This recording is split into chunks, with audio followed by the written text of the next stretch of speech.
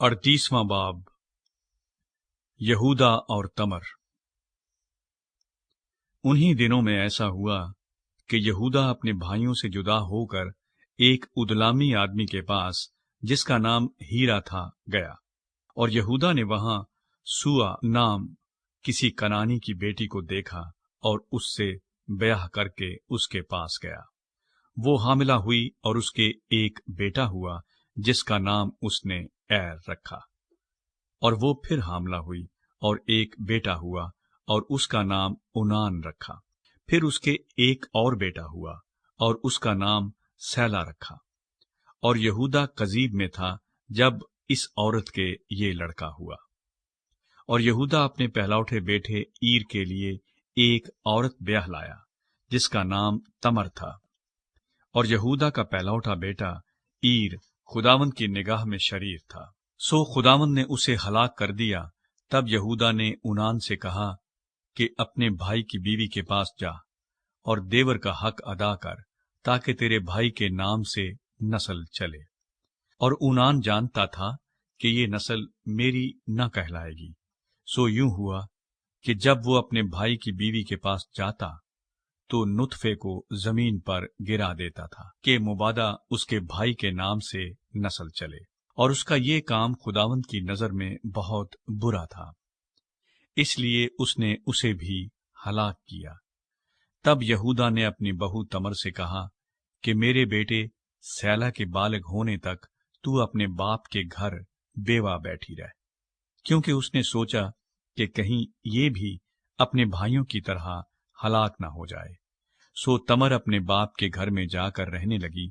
और एक अरसे के बाद ऐसा हुआ कि सुआ की बेटी, जो यहूदा की बीवी थी, मर गई।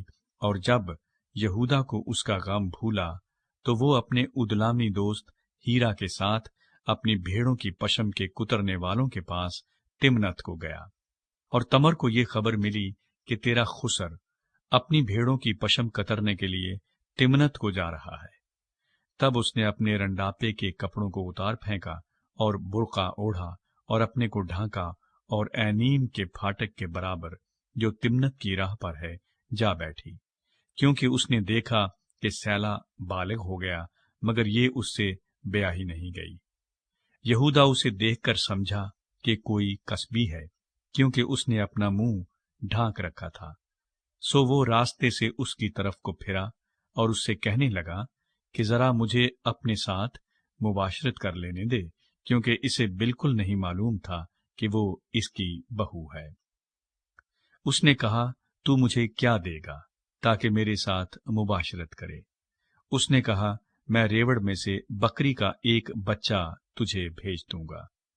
उसने कहा कि उसके भेजने तक तू मेरे पास कुछ रहन कर देगा? उसने कहा, तुझे रहन क्या दूं? उसने कहा, अपनी मोहर और अपना बाजूबंद और अपनी लाठी, जो तेरे हाथ में है।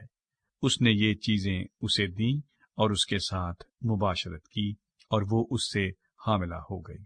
फिर वो उठकर चली गई और बुर्का उतार कर रंडापे का जोड़ा पहन लिया। और यहूदा ने अपने उदलामी दोस्त के हाथ बकरी का बच्चा भेजा, ताकि उस औरत के पास से अपना रहन वापस मंगाए, पर वो औरत उसे न मिली। तब उसने उस जगह के लोगों से पूछा कि वो कसबी, जो ऐनीम में रास्ते के बराबर बैठी थी, कहाँ है? उन्होंने कहा, यहाँ कोई कसबी न थी।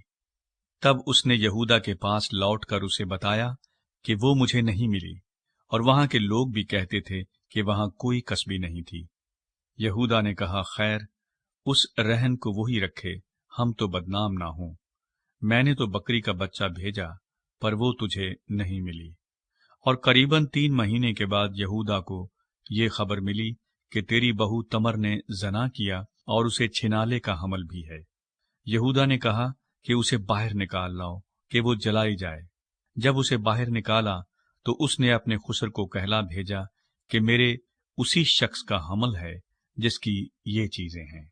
सो तू पहचान तो सही कि ये मोहर और बाजूबंद और लाठी किसकी है। तब यहूदा ने इकरार किया और कहा कि वो मुझसे ज्यादा सादिक है, क्योंकि मैंने उसे अपने बेटे सैला से नहीं ब्याहा, और वो फिर कभी उसके पास न गया। اور اس کے وضع حمل کے وقت معلوم ہوا کہ اس کے پیٹ میں توام ہے، اور جب وہ جننے لگی تو ایک بچے کا ہاتھ باہر آیا، اور دائی نے پکڑ کر اس کے ہاتھ میں لال ڈورا باندھ دیا اور کہنے لگی کہ یہ پہلے پیدا ہوا، اور یوں ہوا کہ اس نے اپنا ہاتھ پھر کھینچ لیا، اتنے میں اس کا بھائی پیدا ہو گیا۔